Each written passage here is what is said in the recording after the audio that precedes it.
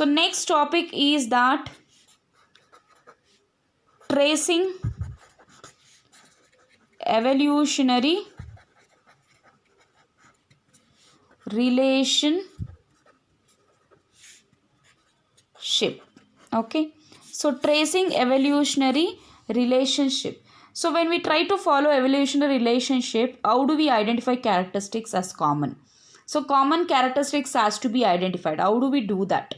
These characteristics in different organisms would be similar because they are inherited from their common ancestors. As an example, so consider the fact that mammals have 4 limbs, as do birds also have, reptiles also have, amphibians also have, right? So the basic structure of the limbs is similar, though it has been modified to perform different functions. Organs are same, but it is meant for different function.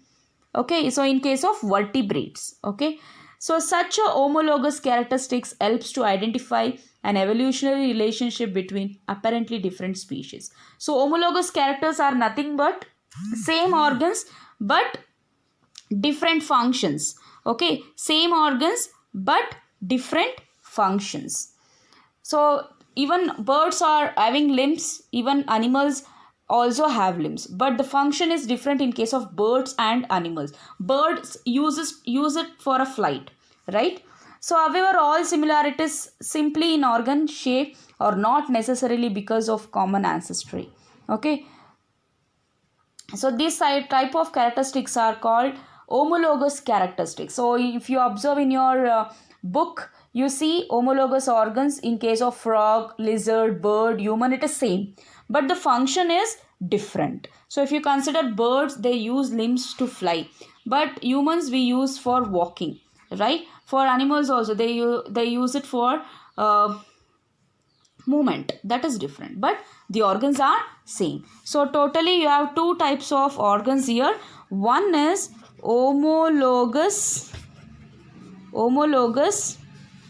character and analogous character. Okay, so here what do you mean by analogous? What do you mean by analogous character? So here before we jump to this analogous character, so let us look at the wings of the birds and the bats in the figure more closely. So what do we so when we do that, we find the wings of bats are skin folds. So you can see there is a skin fold in between the limbs, right? So that is stretched mainly between the elongated fingers. But the wings of the birds are feathery, covering all among the arm. So the designs of the 2 wings, their structure and components are very different, right? They look similar because they have a common use for flying, but their organs are not common. So analogous characters are they don't have no common organs but same function. Understanding, children? Here homologous character, same organ, common organ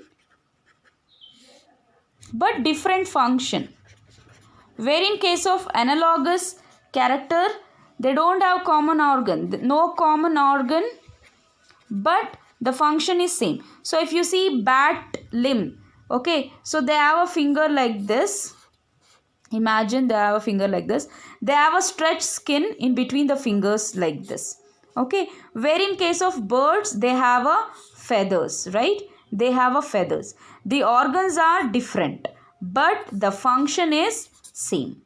Okay, so this is said to be analogous characters. So in the next class, we shall study about the fossils and how fossils are occurred. Okay, so how do fossils form layer by layer? That we will be studying in the next class. See you all, children. Have a good day.